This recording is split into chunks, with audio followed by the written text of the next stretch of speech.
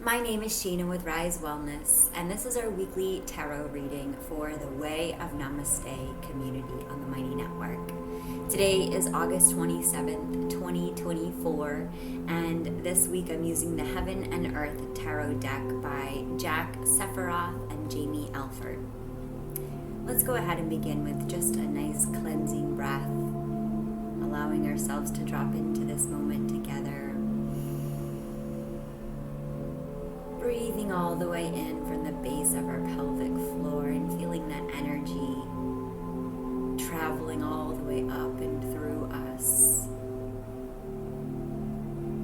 Maybe holding for a beat before gently releasing. And maybe as you exhale, you let something go.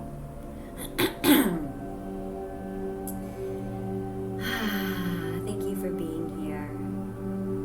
Thank you for adding to this collective tapestry of love. My intention for this reading is that it aligns us with our highest and greatest expression, landing us into this now moment, receiving this message as medicine, as love, as an invitation for more pleasure and for more bliss. We begin at the heart of the matter with the Hermit. The Hermit is another teacher on the path. The Hierophant's lessons to give input about the outside world and how to interact with it. The Hermit guides students inwards to integrate what they have learned and synthesize it into something new. This is a new type of learning which can only be done when no one else is around. The Hermit searches their soul and ponders the questions which cannot be answered in a few seconds, if ever.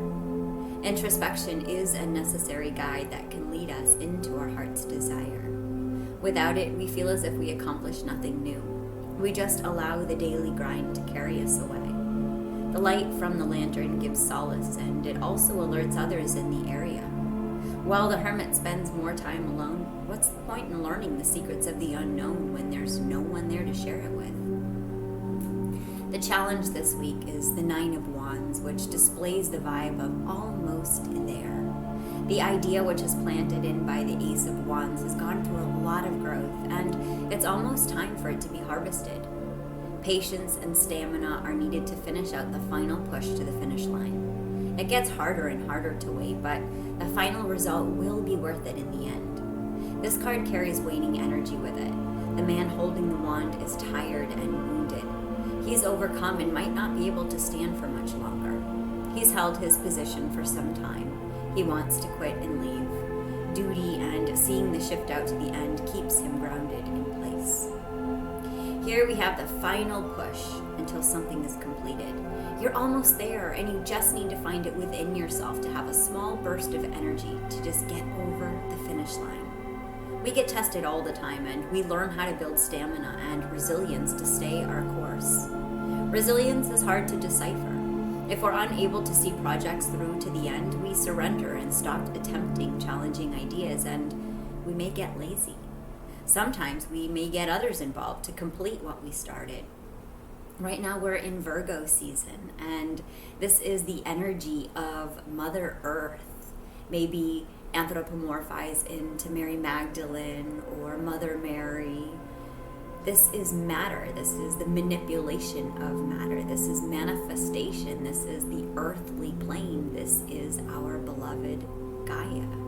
And right now, our invitation on this earthly plane is to feel good in our bodies, is to be devoted to our own energy through radical accountability. You see, everything that we manifest onto physical matter, it's part of our earth school. It's here to learn from or to teach others with. So right now, during this Virgo season, can we look at everything out on this Maya as something to learn from, as medicine to work with? Can we be so devoted to our own energy and purifying our field that we are not triggered and activated into reactional states, but responsive states, tuning into how we feel and letting the truth of our experience guide us, one breath at a time. Where we're coming from is the Ace of Cups. The Ace of Cups expresses the feelings of a new situation. It's an outpouring of emotions that cannot be contained and need to have an outlet. This outpouring shows up in new relationships when the meeting of two like-minded individuals come together and start something new. The Ace of Cups provides a fresh start to a new day. All the sins have been washed away, and it's time to take this second chance seriously and approach the world in a new light. Take yourself seriously and let your emotions lead the way. A fresh start always brings the swirling overflow of emotions. How can we interact with others while giving this emotion power to bring us closer to people in our community? They teach us that we are liked and who can like us. Powerful emotions can also push people away.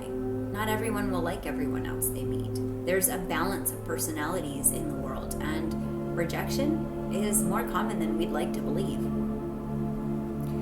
What we're conscious of right now is the Three of Cups, abundance. Everyone is happy when there's more than enough to go around. The Three of Cups shows the elevation of friendship. People are not solitary creatures. We like to hang around one another and share in the good and the bad times together. The Three of Cups shows this clanning ability which we all have. Celebration is another aspect of this card.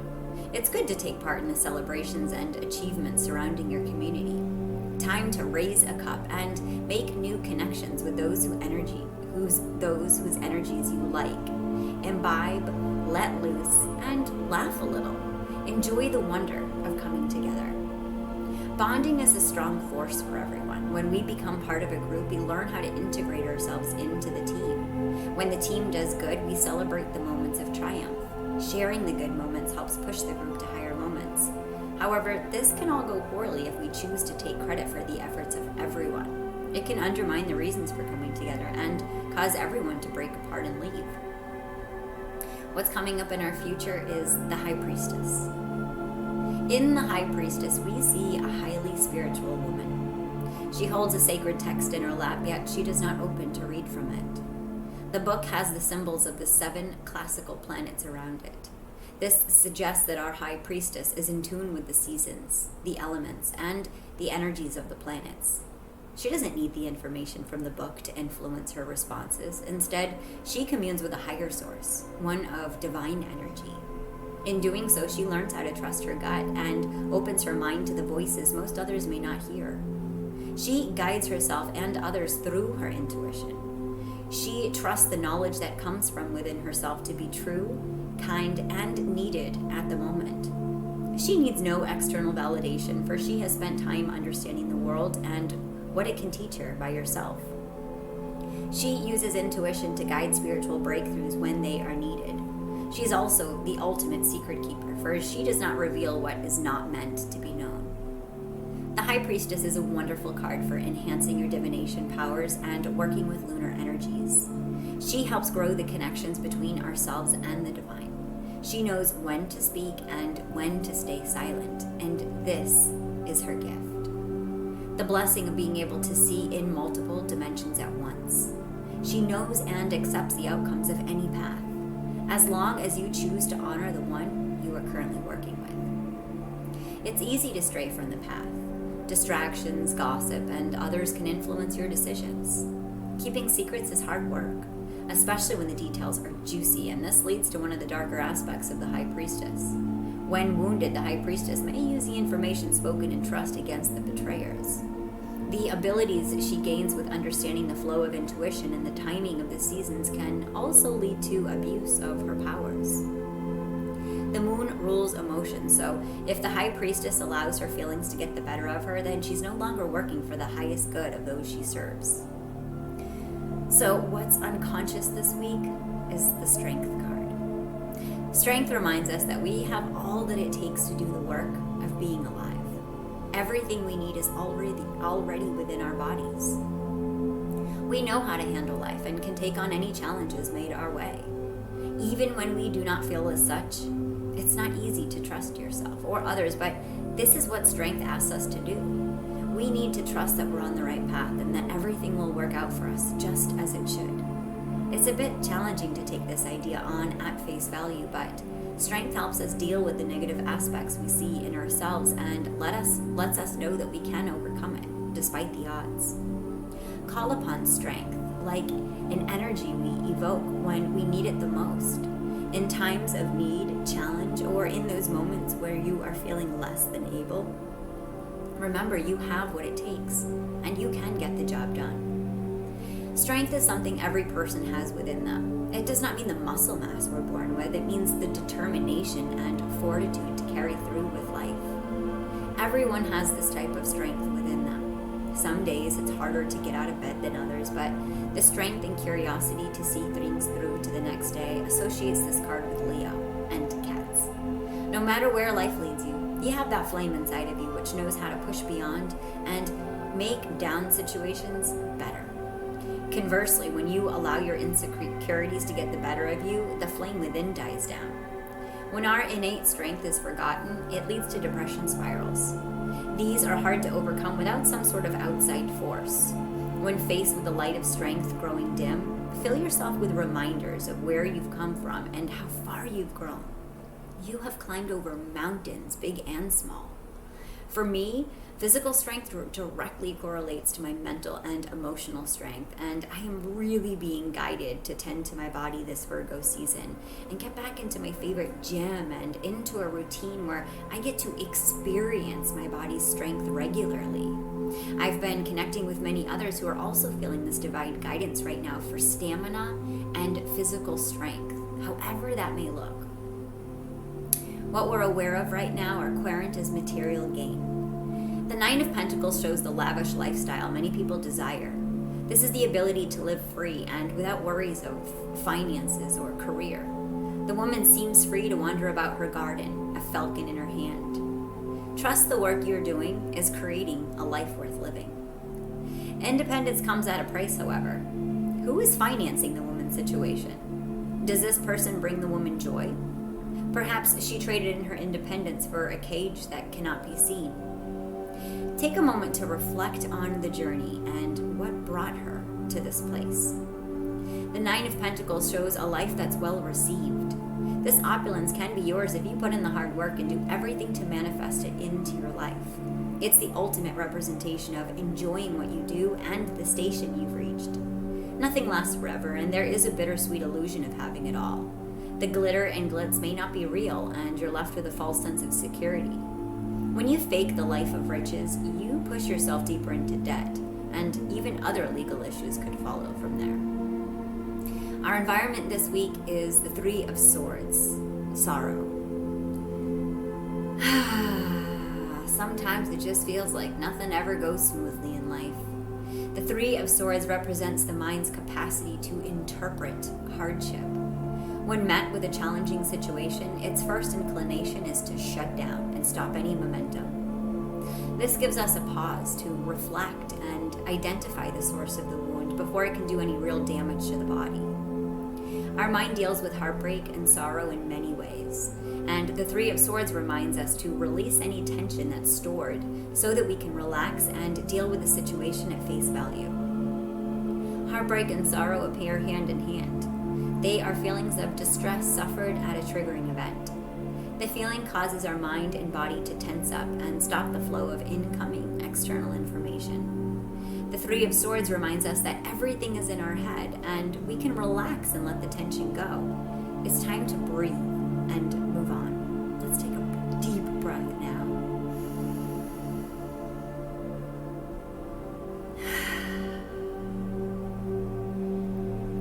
Sorrow can present as an opportunity when we see it for the lesson it is in life. I know it's hard to handle loss. When our hearts break and overwhelm us, it threatens us and can stop us in our tracks. If we allow the tears to flow while keeping the loss in perspective, then we can evolve in how we handle future losses. However, if we dwell in the loss and let it consume us, then we lose track of time and where we stand. We wallow in depression and let the tears consume us. And the energy of life stagnates and then blocks the flow of energy. Our hopes and fears this week is the Queen of Swords. The Queen of Swords is a perfect judge.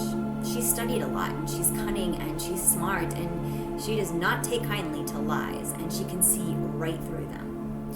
Be careful when speaking to her, for logic is infallible. Her judgments are fair and appropriate to the situation. She's honest to a fault, and she has a hard time telling lies. She balances the best of her mind and her heart when she's asked for advice. She's a very powerful woman who equals her king in knowledge and intellect, but also allows her intuition and emotions to help make decisions. She delights in flights of fancy and creative thought, as evidenced by the numerous winged creatures that adorn her throne. She faces the right, which exposes the left side of her head for all to see. The left side of the brain is associated with logic, and it's this side of the brain she uses more often. The Queen of Swords helps us cut through the bullshit. Wielding words so they do not cut takes time and cunning. When used correctly, your ability to set tactful boundaries can lift you up and let your abilities shine. When used poorly, however, they can cause your downfall. No one likes to be told off. No one likes to hear their bad qualities touted out against them. The outcome this week is blended pleasure. Sometimes life offers opportunities which might be too good to be true. In this card, it's appropriate to sit back and let them pass by. We know exactly what's best for us at any given moment and can reject any circumstances which might not be the right thing for us. Taking a break from life is another perspective of the Four of Cups.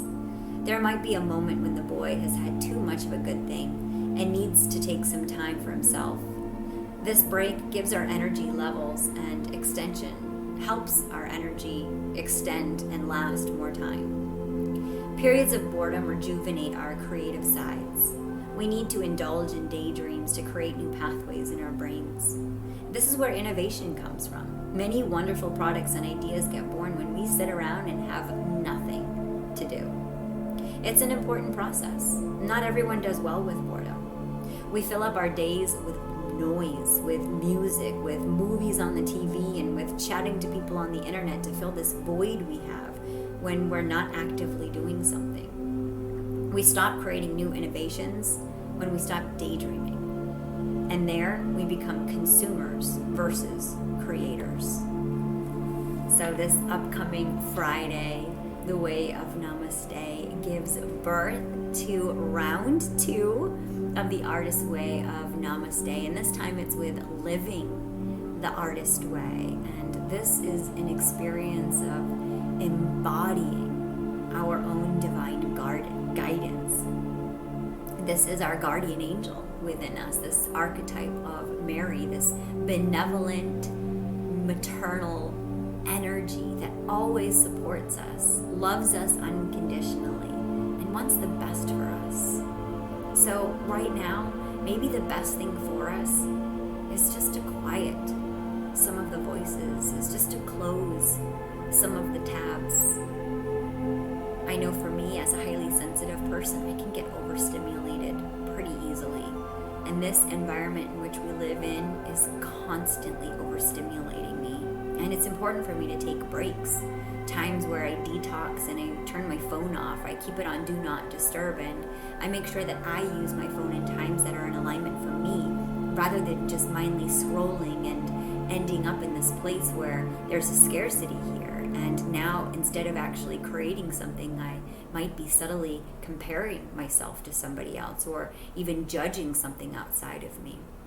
So the invitation this Virgo season and through this tarot reading is, can we be informed by our environment, and can we lovingly support ourselves with whatever that information is? Sometimes this may mean seeing the big picture, even when what's right in front of us might feel activating. This is the liminal state that we're learning to create and manifest and build within right now. So right now, this new earth template, this remembering that we're awakening to, this is living back in our imagination and creating the tapestry of the world in which we want to live in. And if we've spent a lot of time living in one world, we might not know exactly which world we want to live in. We may have to pull from a very active imagination of what the most utopia type of world could be to live in. You know, I love tapping in to the unity consciousness, the creator consciousness, the Shambhala, the Nirvana, the Brahman, the Atlantis, the spiritual technology that lives within my being, where here I remember, and here I am one. And in this place of oneness, there is no need for anything external. In this place of oneness, in this field of truth, for me, I don't always feel like everything needs to be manifested onto my reality, because I recognize that what is projected outside of me is oftentimes a distortion of what is playing out in my imagination. And so while we can be in these liminal stages of creating the texture for this new earth, right now this really can get innovative by tapping into our own creative insight. What does the world that I want to live in look like? Maybe asking yourself now with a deep breath, what does the world that I want to live in feel like? What does the world that I want to live in taste like? What foods do I eat in this world? How do I source my food in this world? When I think about this utopia that I want to experience, what does it smell like? Is there a fragrance in the air that's different from this place? Maybe the flowers are stronger. Maybe the fruits are a bit more vibrant and fresher. Here in this place of imagination, we get to create our utopia. And then here on earth, we get to play in the utopia that we created in our imagination. So anything that's out in front of you now was once a part of your imagination. Can you accept that? Can you learn from that? Is it exactly as you wished it would be when you were 5 years old and you were creating a spaceship out of a cardboard box? Or have your plans changed? Can you be gentle if your plans have changed? Can you ask yourself, what was the purpose deeply embedded within any of the archetypes that you embody to be here now? How do you serve the world that you want to live in? And how can you take one step today to serve this world? I invite you all to join our book club and also to join this virtual Temple the Way of Namaste, this community from the Mighty Networks, where we are all tapping into this radical aliveness of authenticity and experiencing this divine love and sharing the ways in which we experience it. And this Friday, we will circle all together with drop-in calls for the next 6 Fridays, where we will embody our divine guardian angels, and we'll write from that place and we'll share from that place. All are welcome on the Way of Namaste, and it's free for your first 30 days to join and to tap into this frequency of this divine love. Maybe here you can learn to tap into some resources that help you see what your purpose is and how you can embody that purpose daily. We have a way of social justice in the Way of Namaste, and here I've recently added a petition. If it's in alignment for any of my soul family in Florida, we are advocating a petition around the governor's desire to pave our parking lots and to put golf courses and pickleball courts in our state parks. So today, the change that I wish to see in the world is to protect our natural resources is to recognize that our outdoor places are our rights. They're not our privileges. We don't need passes to go to the park. We don't need a golf course in order to go outside and experience the grass and the nature. We have so many animals depending on us right now, and it only takes a moment to share your vote, sometimes by sharing your voice, sometimes by sharing your signature, sometimes by sharing a link to inform others. And so this week, that's what we're doing on the Way of Namaste. We're sharing this petition, and we're inviting anybody that feels in alignment with it to share it with their communities, with their resources. There's so many precious species in Florida, and part of being a steward of this new earth is protecting them, taking care of our natural resources. And right now, for me, that looks like preserving our wildlife and maintaining the right of our state parks. However this looks in your life, I'm sending you so much love, so much beauty. May this Virgo season support you on the material plane in however way feels most in alignment for you. Maybe you even recognize if there is any judgment that you have around the material world, any judgments you've had around material resources. Because we are in such a blended society with so many different archetypes and so many different people here with different belief systems. It's good to keep checking in, to ask what's true for us now. Maybe something that was true for us before is going through an evolution, a shift, and a change. We are not too small to make an impact. When we share our voice, we will be amazed at the power of our impact. Right now, meetings have already been postponed in Florida because of the impact of these signatures, of us putting our name as our vote, to say we stand for nature, we stand for Mama Gaia right now. And when all of us decide to stand with our whole hearts for what we believe, we get to change the whole wide world. Right now, I believe that our Mother Earth deserves fertile, rich soil. She deserves the clean air that she can get from the trees. She deserves the shelter. She deserves the water. She deserves the natural habitats that we have preserved up until now, and she deserves the veneration of those places to protect our animals, to protect the several thousand species of flowers, of plants. What a beautiful paradigm that we can live in now, where this new earth gets to be reflected outside of us, onto our physical plane by way of nature. So if it's an alignment for you, I invite you to join me, preserving our nature, standing up for Gaia today, however that looks.